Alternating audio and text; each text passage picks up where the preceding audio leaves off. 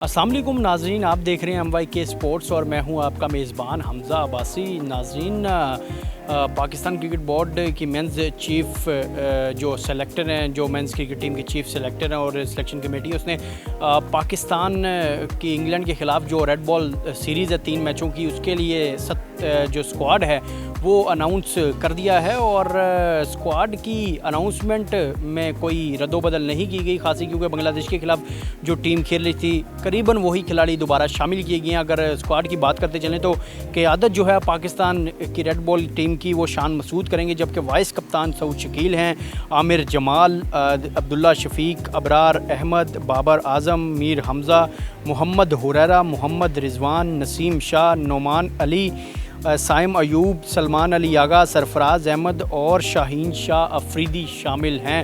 अब अगर यहाँ पर बात करें मोहम्मद यूसुफ साहब जिन्होंने टीम सेलेक्ट की है, तो समझ से बात आ रहा है कि चैम्पियंस कप भी करवाया जा रहा है। पहले भी प्रेस कॉन्फ्रेंसेस हुई, यहाँ पर यही बात की गई कि डोमेस्टिक के परफॉर्मर्स को आगे लाया जाएगा। कामरान गुलाम, हमेशा उसकी बात मैं करता हूँ और करता रहूँगा, क्योंकि वो लड़का जिस तरह से पिछले 8-10 साल से परफॉर्मेंसेस दे रहा है, और हालिया जो ये चैम्पियंस कप चल रहा है फैसलाबाद के इकबाल स्टेडियम में, तो 2 सेंचुरी उसने अभी तक स्कोर की हैं और बड़ी शानदार सेंचुरी और बड़ी डिफ़िकल्ट पिचेस हैं, क्योंकि वहाँ पर बाबर भी कोई बड़ी इनिंग्स 1 सेंचुरी उन्होंने खेली है और बनाई है। और कोई ज़्यादा अगर बात करें मोहम्मद हारिस की, शान मसूद की, मतलब कोई बड़ी इनिंग्स नहीं खेल सके, इफ्तिखार अहमद कोई बड़ी इनिंग्स नहीं खेल सके, और उस लड़के ने वहाँ पर भी 2 सेंचुरियाँ स्कोर की हैं।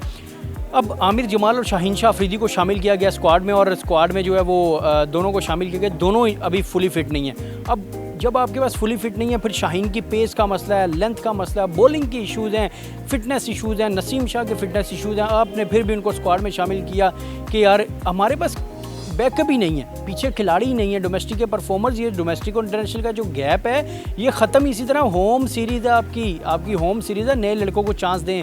मोहम्मद हुरैरा को आप पीछे भी लेकर गए हैं दौरे पर, बांग्लादेश के ख़िलाफ़ भी स्क्वाड में शामिल किया, चांस नहीं मिला।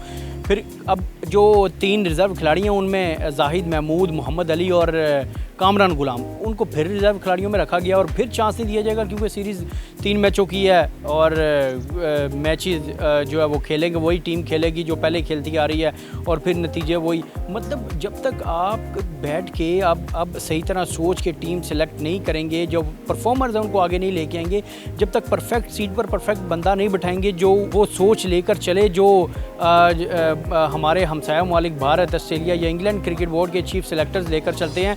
देखें, अगर इंग्लैंड ने स्क्वाड अनाउंस किया, उन्होंने बेडन कर्स को शामिल किया, आप देखें उनके साथ जोफ्रा आर्चर भी आ रहा है, उनके साथ बेन स्टोक्स भी आ रहे हैं। देखें, वो सीनियर्स के साथ जूनियर्स को शफल करते हैं, शामिल करते हैं, और फिर उनको ग्रूमिंग मिलती है। आप देखें, मोहम्मद हुरैरा को पिछले 2-3 सीरीज़ में भी हम लेके गए, नहीं खिलाया। फिर आप उसको देख लें, नोमान अली इसके बांग्लादेश के ख़िलाफ़ सीरीज़ में नहीं थे, उनको दोबारा स्क्वाड में शामिल किया गया। मतलब वही चीज़ें वही दोबारा दोहराई जा रही हैं, वही गलतियां की जा रही हैं, समझ से बालातर है। लेकिन अबरार अहमद को अगर शामिल किया गया, उनकी समझ आती है, ठीक है यार, उन मुल्तान की पिच पे स्पिनर्स जो है वो कारसाज साबित हो सकते हैं। देखें, दूसरी तरफ आपको जाहिद महमूद, उसने 5 विकेटें ली चैम्पियंस कप में, बड़ी शानदार बॉलिंग उसकी रही, उसको आपको स्क्वाड के अंदर शामिल करना चाहिए था। आपके पास एक लेग स्पिनर होना चाहिए था, आपके पास एक ऐसा स्पिनर होना चाहिए था जो लेग स्पिनर होता है, ये मैच बदल देता है। इसके पास देखिए, लेग स्पिनर दुनिया की हर टीम के पास हैं और वो खेलते भी हैं मैच में, क्योंकि लेग स्पिनर एक की स्पिनर है, ठीक है। अब आप देखें कि हमने जाहिद महमूद को रिज़र्व में रखा, मोहम्मद अली को रिज़र्व में रखा। बांग्लादेश के खिलाफ अगर सीरीज़ अच्छी नहीं गई, उसने हालांकि आते ही 2 विकेटें 3 विकेटें वो दे जाता था, उसकी सीरीज़ अच्छी नहीं गई, चैम्पियंस कप में भी कोई खासी परफॉर्मेंस नहीं रही, तो उसको हमने रिलीज़ कर दिया, रिज़र्व में रख दिया।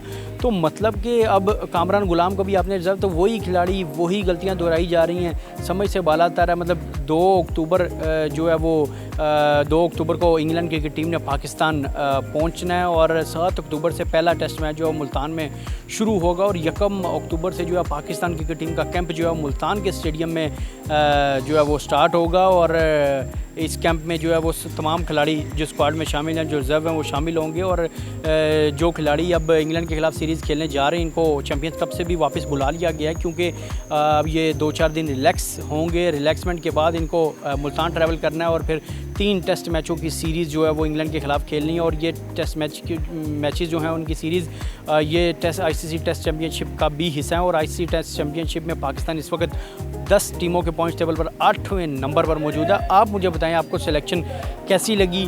क्या समझते हैं किस प्लेयर को स्क्वाड में होना चाहिए था और किसको आउट होना चाहिए था? कमेंट सेक्शन में अपनी राय ज़रूर दें। इसी के साथ अपने मेज़बान हमज़ा अब्बासी को इजाज़त दें। मिलते हैं अगली वीडियो में।